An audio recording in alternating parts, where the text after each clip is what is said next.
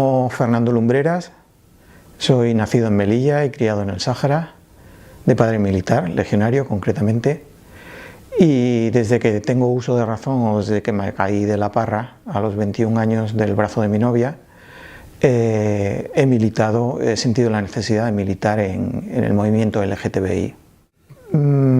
Pues ya había fallecido Franco y estábamos en plena transición, y en esa época empiezo yo la militancia en los movimientos LGTBI. Digo movimientos porque son así genéricos, cambiábamos de sigla como de chaqueta, porque era una necesidad imperiosa, porque crecíamos, éramos muy vivos, muy evolutivos, éramos seres evolutivos, ¿no? Organismos evolutivos. De hecho, en principio militábamos conjuntamente con todos los grupos, partidos, movimientos que se oponían al régimen franquista, y estábamos codo con codo trabajando con todos, con el movimiento feminista fundamentalmente, lo que luego fue la Sociedad de Sexología, en fin, todos los partidos políticos en plena ebullición. Y ahí pues estábamos Josep Vicent Márquez, José Manuel Jaén, Fina Sanz, en fin, que luego fue delegada de Interior por el PSOE y demás.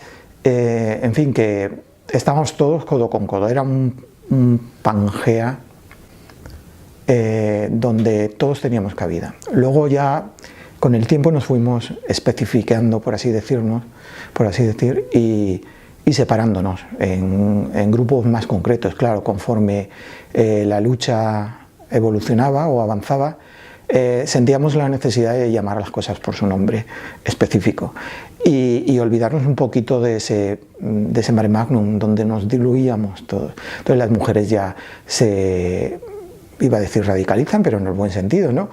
Van a la raíz de su militancia y se vuelcan directamente en el movimiento feminista.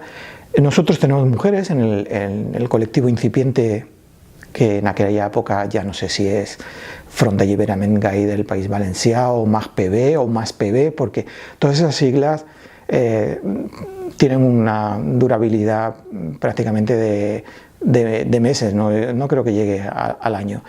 Porque al año siguiente, de ser más PB en plan genérico, decíamos, no, ahora hay que nombrarnos, ahora tiene que ser Movimiento GAI, Movimiento d'Alliberament Gai, el País Valencià, la coletilla, claro, también, porque también teníamos una componente nacionalista, por así decirlo, ¿no? O que reivindicábamos.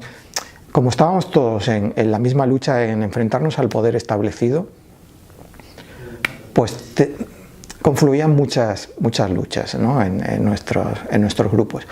Luego creo que cambiamos a Front d'Alliberament, no lo sé, hasta que al final ya bastante más tarde nos constituimos como colectivo Lambda de gays y lesbianas. Sí, está claro, en principio lo que pretendíamos es dar fe de vida, decir, existimos, estamos vivos, somos ciudadanos de primera y reivindicamos ese derecho, ¿no? Pero lo primero era la visibilidad, porque no existíamos, claro, en el régimen franquista nos había invisibilizado o directamente nos había estigmatizado con la ley de peligrosidad social, que muchos compañeros han estado en prisión por ese hecho. Entonces era decir, estamos aquí, somos, y queremos que se nos respete y se nos considere y se nos tenga en cuenta. Y ese era fundamentalmente el impulso primigenio. Luego ya, pues fíjate lo que ha avanzado con el tiempo y estos 40 años lo que han dado, bueno, casi 40 años o más, que ahora ya podemos hasta casarnos. Pues eso era impensable en aquella época, era una reivindicación que no nos las planteábamos. Por ejemplo, ahora estos 2 últimos años con el asunto trans, que estamos visibilizándolo mucho porque hasta ahora no había gente transexual, o es eso, el sistema, la sociedad patriarcal y binaria invisibilizaba la gente trans o el género fluido, un montón de especificidades que se dan en nuestro colectivo, porque por eso el epígrafe es un grupo de reivindicación LGTBI y ahora queer también. O sea que conforme vamos avanzando y consiguiendo logros, vamos ocupándonos de grupúsculos más minoritarios. Éramos como un fiel reflejo de la época, éramos muy asamblearios. Entonces yo empecé pues, por un amigo, como yo estudié en Juan de Garay, y allí era un foco de ebullición, de reivindicación y de contrasistema. Pues compañeros que militaban en el FRAP, en la LCR, un montón de grupos de ese estilo que a mí ahora me sonrojan. Pues yo no militaba en nada porque me creía o me etiquetaba como un poquito apolítico, para nada, porque una reivindicación LGTBI es lo más político que hay en esta sociedad que vivimos, y en las anteriores también, en las anteriores épocas. Pero era socio de base y tal, éramos muy asamblearios, y en un momento dado, cuando ya estábamos, en una asamblea de estas, después de un interregno de estos, una travesía por el desierto, que estuvimos creo un año sin actividad de ningún tipo, ya veníamos del MAGPB y creo que fue eso, un periodo de latencia.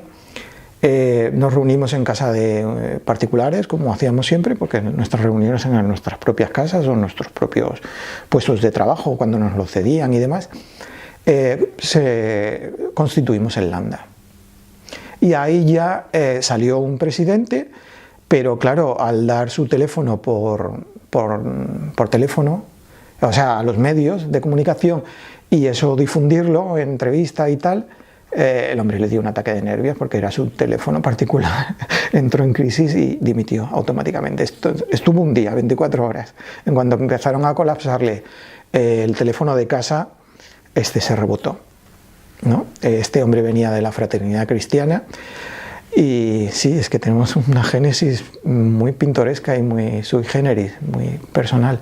Veníamos de muchísimos grupos totalmente heterogéneos e impensables, que pudiéramos confluir todos juntos en algo común, como era la reivindicación LGTBI. Pues, claro, tuvimos que hacer una asamblea urgente, los 6, 7 que éramos, o 10, no éramos más de una docena. Oye, que nos quedamos sin presidente, que ha dimitido, que no ha soportado la presión mediática y tal, y la cuestión en familia y tal. A ver, ¿quién puede dar la cara? Y yo, como tenía mi revolución hecha en casa, que yo me había ganado el respeto de mi señor padre legionario, pues yo no tengo conflicto de ningún tipo. Y tengo un verbo fácil, pues bueno, si hay que asumir el reto de poner voz al colectivo o al grupo, pues contar conmigo, me aleccionáis, porque soy muy novato en esto de la militancia. Yo no venía de juventudes de la LCR ni nada por el estilo, no tenía pasado militante en ningún partido político ni en ninguna formación. Digo, contar conmigo, y como era el único al que le podían partir la cara o se prestaba a ellos, pues así fue un accidente geográfico. Estaba en el sitio adecuado en el momento específico o necesario. Sí, bueno, me he adelantado y te he hablado del nacimiento del Landa. El Landa es una etapa muy posterior, mi militancia viene más atrás en los movimientos LGTBI. De hecho, el MAGPB fue una época bastante fructífera de logros, de visibilidad y de implicación y de participación en la sociedad valenciana. Y incluso yo fui a una Internacional Gay representando al colectivo Landa en Turín, en Italia.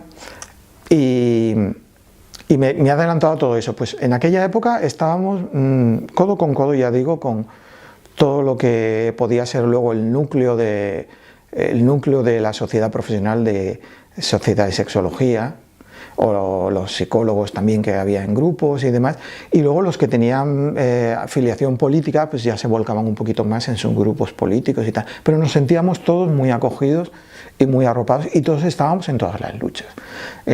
Comisiones Obreras convocaba una manifestación para reivindicar libertades, pues allí estábamos nosotros, que puntualmente podíamos sacar nuestra bandera del arco iris y demás, o nuestros lemas, intentando atraer a nuestra causa al resto de colectivos, y nosotros sumándonos a las luchas de ellos. Sí, eso ya es, ya compete a la época Lambda, de colectivo Lambda, porque ahí ya sí que nacemos con unos estatutos muy estructurados, una organización, un organigrama también muy formal, muy serio, somos muy rigurosos en el trabajo, todo hay que aprobarlo en asamblea o por ejecutiva o por lo que sea, y conforme se nos va visibilizando y la sociedad cuenta con nosotros y accedemos más a los medios, nos entrevistan y demás, empieza a llamarte gente a casa, a particular, y preguntando por el colectivo Lambda, y te tocaba decir, no, yo soy Fernando Lumbreras,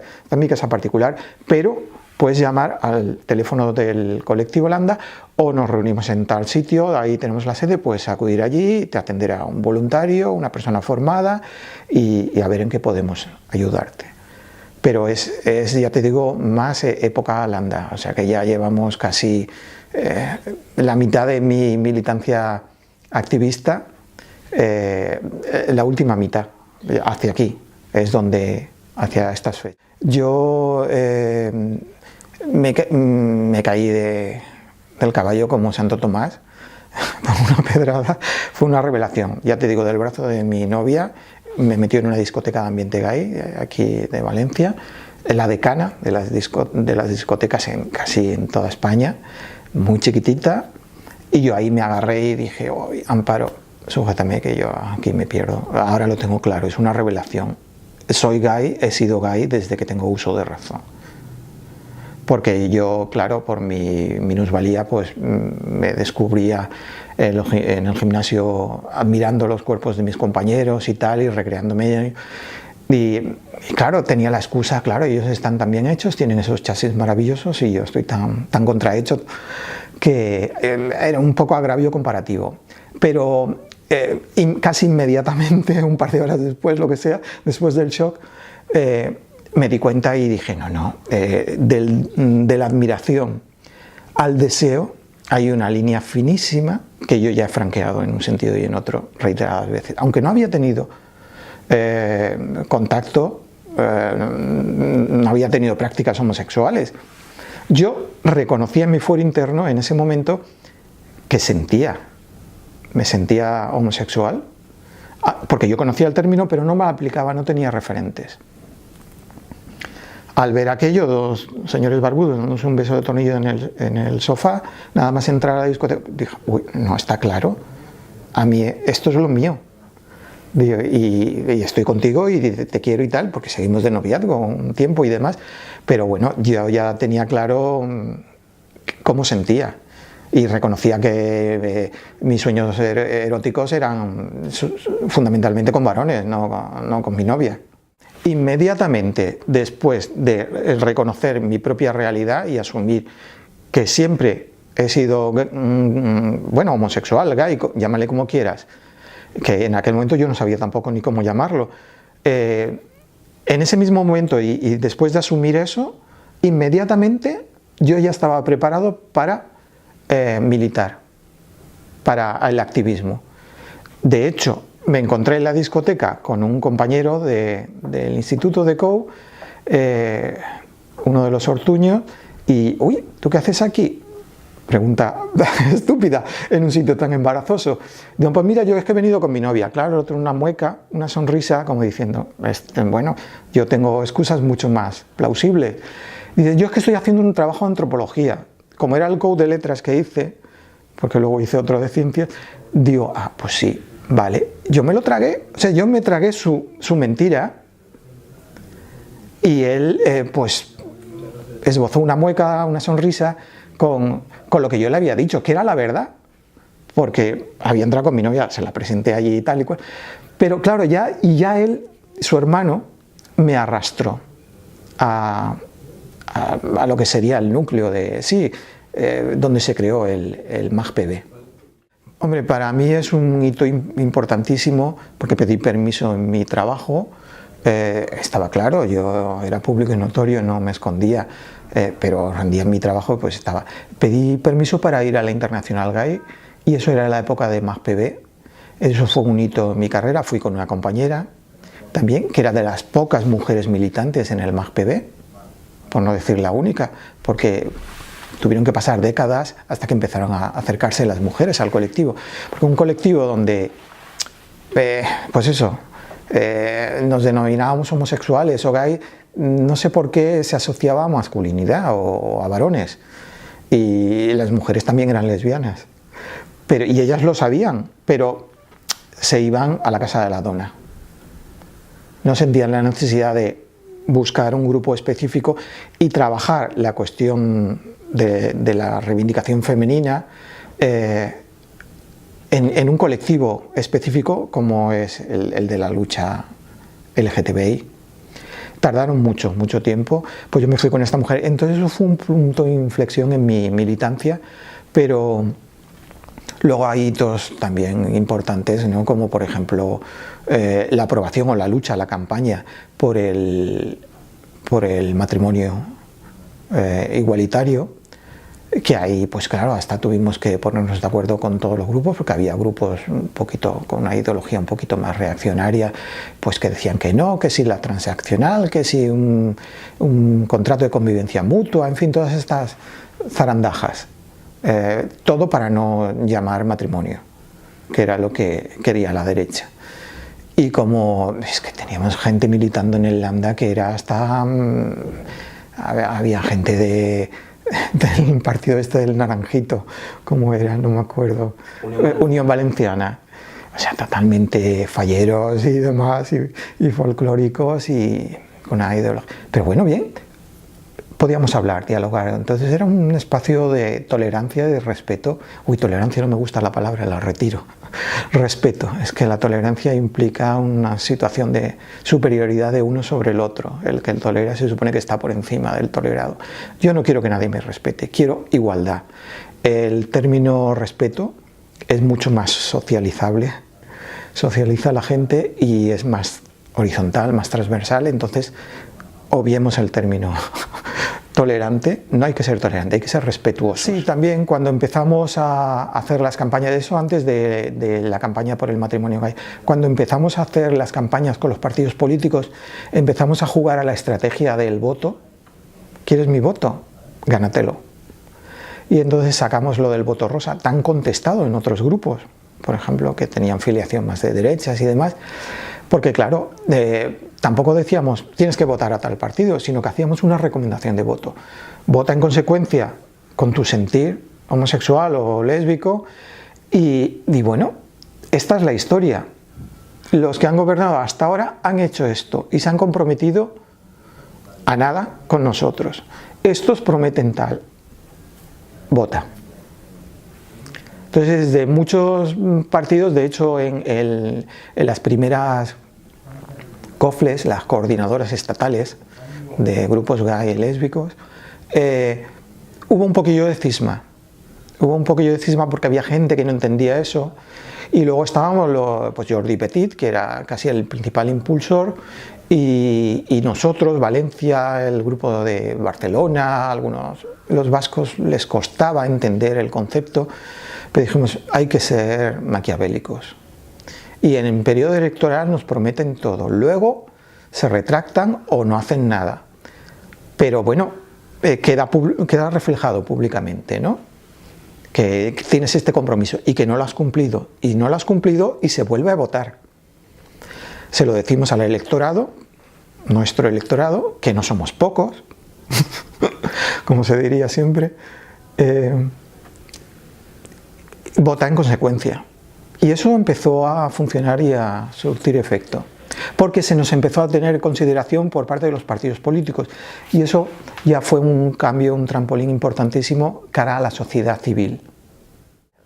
Pues muchísimos, porque todo estaba en contra. Y sobre todo algo es el poder aunar toda esa diversidad, esa variedad genética que había en los colectivos de gays y lesbianas, porque ya te digo, cada uno venía de un sitio, cada uno de un padre y de una madre, cada uno con una ideología. Entonces, aunar todo eso y llegar a consensos puntuales, como por ejemplo podía ser eso, pues no, nos suscribimos en bloque como colectivo Lambda de aquí de Valencia a la iniciativa de la coordinadora estatal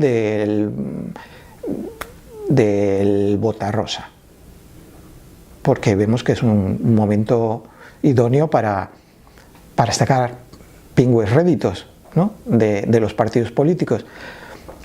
La dificultad era eso, aunarnos todos, ponernos de acuerdo y decir, bueno, vale, yo puedo diferir, pienso diferente, no me parece una estrategia muy ética o muy ortodoxa, pero me sumo a ella por conveniencia, por necesidad. Sí, evidentemente ha merecido la pena todo tipo de sacrificios, esfuerzos, voluntades. Ha sido muy importante, estamos en un momento dulce, entre comillas, y por eso ahora me tengo que poner muy serio y no bajemos la guardia, porque creemos que lo tenemos todo, nos podemos casar, sí, pero a la vuelta de la esquina, en cuanto nos demos la vuelta, mira lo que está ocurriendo en Estados Unidos y en Europa, el momento involucionista terrible de auge de los radicalismos malentendidos. Más que radicalismo diría extremismos, porque el término radical no tiene por qué ser peyorativo en sí, es el extremo, el extremismo, el excluir, el no dialogar, el tener la posesión de la verdad absoluta, con lo que nos ha costado a nosotros aunar criterios en un mar de diversidad y de heterogeneidad, pues no nos olvidemos de eso. Cuidado, hay que mantener la lucha, porque a la vuelta de la esquina se nos tuercen las cosas y nos quitan el matrimonio, o ya no podemos adoptar, o lo que se te ocurra. Y lo estamos viendo incluso con las mujeres. Las mujeres ahora están también en un momento dulce de reivindicación, oye, no soy un objeto sexual tuyo, soy autónomo, incluso me puedo dar placer, algo que no entiende el macho heterosexista. Pero ya empieza a haber voces, es que son unas histéricas, como dirían en épocas de la Salpetri, unas histéricas, extremistas y radicales y malentendidas y demás. No, es su derecho, es que hasta ahora nos habéis pisoteado, nos habéis invisibilizado, nos habéis magreado, nos habéis abusado todo lo que habéis querido. No, ahora digo basta. Pues eso, si no se mantiene esa lucha, y día a día, con pequeñas cositas en nuestro trabajo, en nuestro puesto de trabajo, por la calle, lo que sea, podemos perder mucho. Hoy en día todavía se siguen dando agresiones a gays, transexuales y demás. Hasta hace un par de semanas atrás ha habido agresiones aquí, en Valencia, en Madrid, en Barcelona, en todas partes. O sea que no podemos bajar la guardia hasta que no se dé el cambio social real, y eso pueden ser lustros.